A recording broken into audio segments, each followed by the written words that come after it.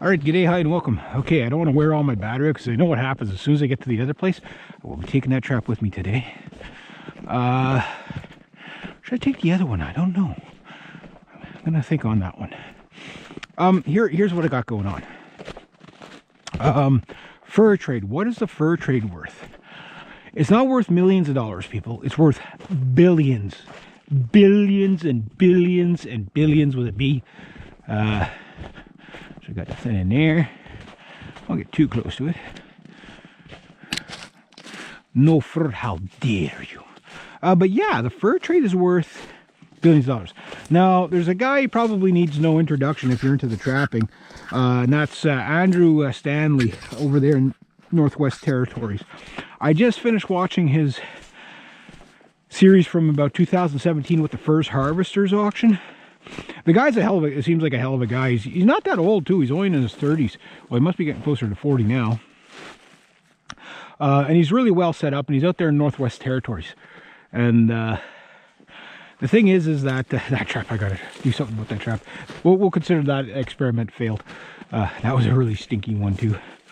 But he's out there in the Northwest Territories, and Fur Harvesters auction took a liking to him, which I can understand why. The guy's got that really twangy northerner kind of, I mean, like, this guy is north. If he goes any further north, he's going to fall off the top of the planet. You know what I mean? Like, he's up there pretty far. Like, I'm a hillbilly, but he's like just oozing redneck. Gotta love it. But anyway, he did a whole series with Fur Harvesters auction, and some of the captures he's got Wolverine up there like crazy. He's got what you call it, lynx, and like, he does it as a profession. And the thing is that when I watched it, there was some of the stuff that, like, you know about because you know, you study it and stuff like that, and you're always going to learn stuff.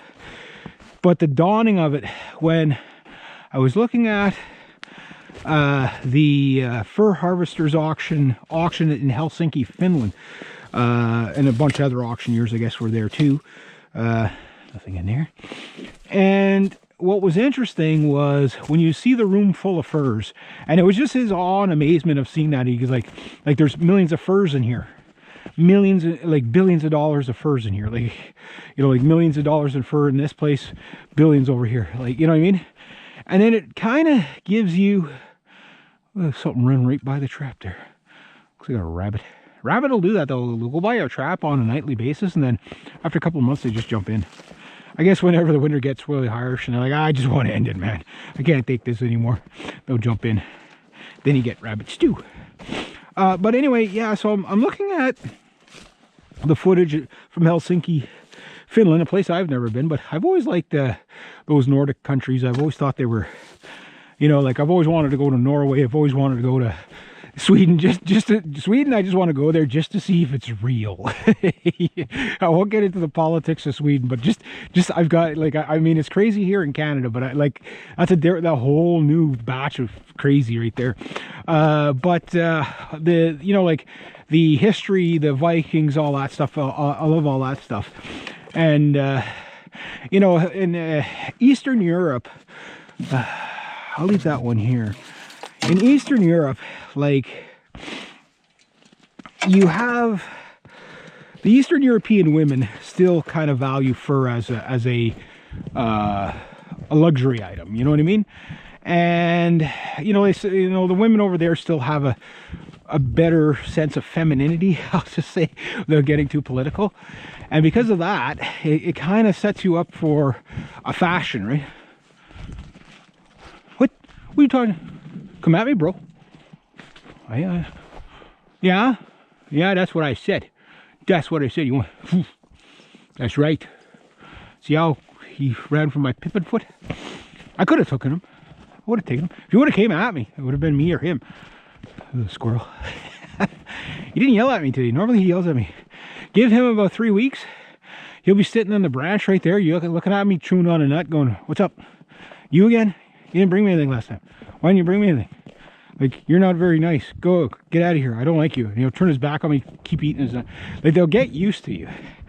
For the first little bit, they run away. Then after, by the end of the season, they're like, they're chewing at stuff and yelling at you and throwing seeds at you, spitting at you. Like literally, like I'm not kidding. That's what they're gonna do because they get so used to you. And they tend to get a little bit rude if you really want to know the honest truth. Chickadees are the worst. They'll be like, they'll land on like something like right here, going, feed me, feed me. And then they'll hit you in the top of the head. When the chickadees start hitting you in the back of the head, you know you smell like the bait. I remember one time, and this is some of the reasons why you trap too. I'll get back to the main topic in a second, but it's like it was right around here, and I just finished baiting with something disgusting. I don't know, dead beaver or whatever it was, and I got this thing kept hitting me in the back of the head, and I couldn't figure out what it is, and I just kept hearing like that. It was this little chickadee, and he followed me the whole way up to there, and he just kept hitting me in the back of the head, guy, like, give me something. Like he was like trying to find food off me, and he wouldn't give up. And for about a month he followed me. You know, it was just yeah, but there was just this one day he wasn't going to take any of my crap anymore, and he was just like hitting me in the back of the head. You leave me something if you want to come back here, man. You paid a bird tax. And yeah, so every day I'd bring him a little something there just to kind of get him off me. He was annoying as hell. He wouldn't leave me alone. And you get a bunch of them that follow you, but it's kind of the wonders of it. But the scary part is that you know that if the birds are coming at you, and if a pack of wolves ever came out, they'd be like, oh, look, lunch. Like if they're coming at you, you know that you know your lunch for something. So carry wisely, that's what I'll say. Whatever you got to do, you know what I mean? Well, a couple of squirrels running around here.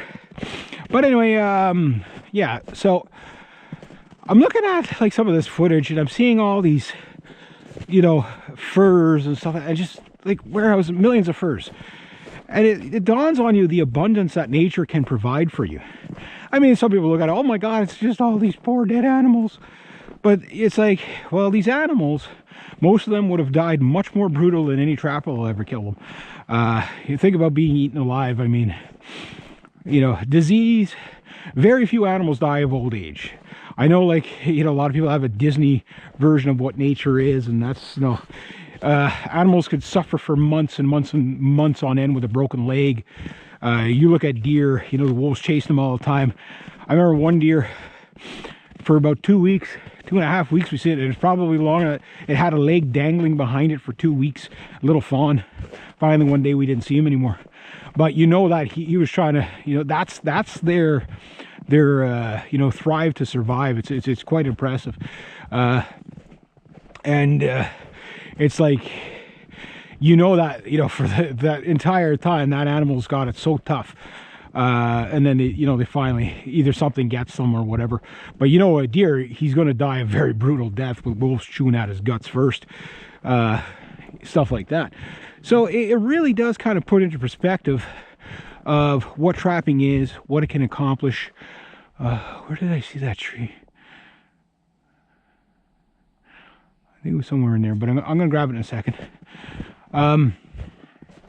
And what we do, you know what I mean? And it makes you want to do better. It always makes you want to do better. You know, I'm going to talk about like trapping and masculinity in the next video. But it really, I mean, it does give you purpose, and it gives you respect for the nature too. The other thing is that it's like, you see millions of furs in a warehouse, and that's not even the tip of the iceberg. That's not even a drop in the bucket of what's out here that you, like, I mean, yeah, you don't see anything right now because everything's hiding from you. But as soon as you leave, everything's having a big ass party. Like, it's like, hey, he's gone, yeah, you know, it's kind of like, you know, the kid that nobody liked, and everybody, you go, no, hey, does Timmy want to come out and play? Oh, Timmy's sick.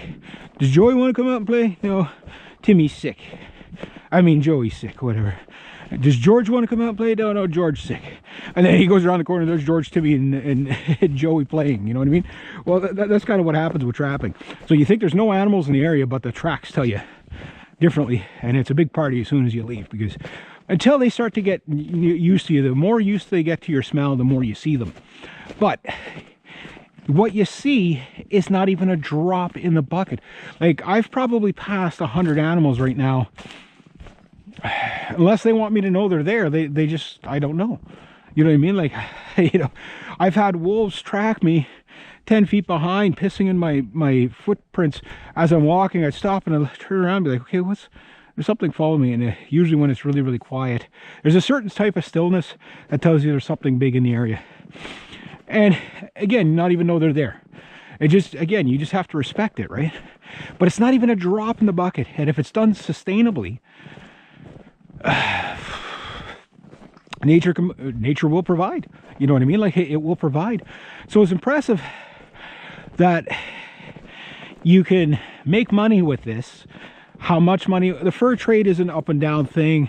Will I be doing all this for nothing? Most likely, because of the way Murphy works, the prices will drop out the year I get back into it. Yeah, and I know that the fur trade is something that is jumped onto the economy, and obviously we don't have a good economy worldwide, not even in the States. Like, their economy is shit like everybody else's. It's just they got the prettiest girl at the ball, but you know, it's like they're all ugly, you know what I mean? Like, it's the economy's not good. Trump is lying. I don't want to get into the details why, and I'm not an anti-Trumper. It's just he's lying. I got to tell you the truth. The numbers don't match up. So that said, it gets even worse, because that means you have to change from a luxury item of fashion to a utilitarian item that has to be more than fashion. Has to be, like, for example, if you're up north and you're buying sealskins, you're buying sealskins because nothing works better than sealskins up north. You know what I mean? You want a sealskin jacket, but if it's too expensive, you can't buy it. So if you have to take an economy and shift it from a luxury status item to a prosumer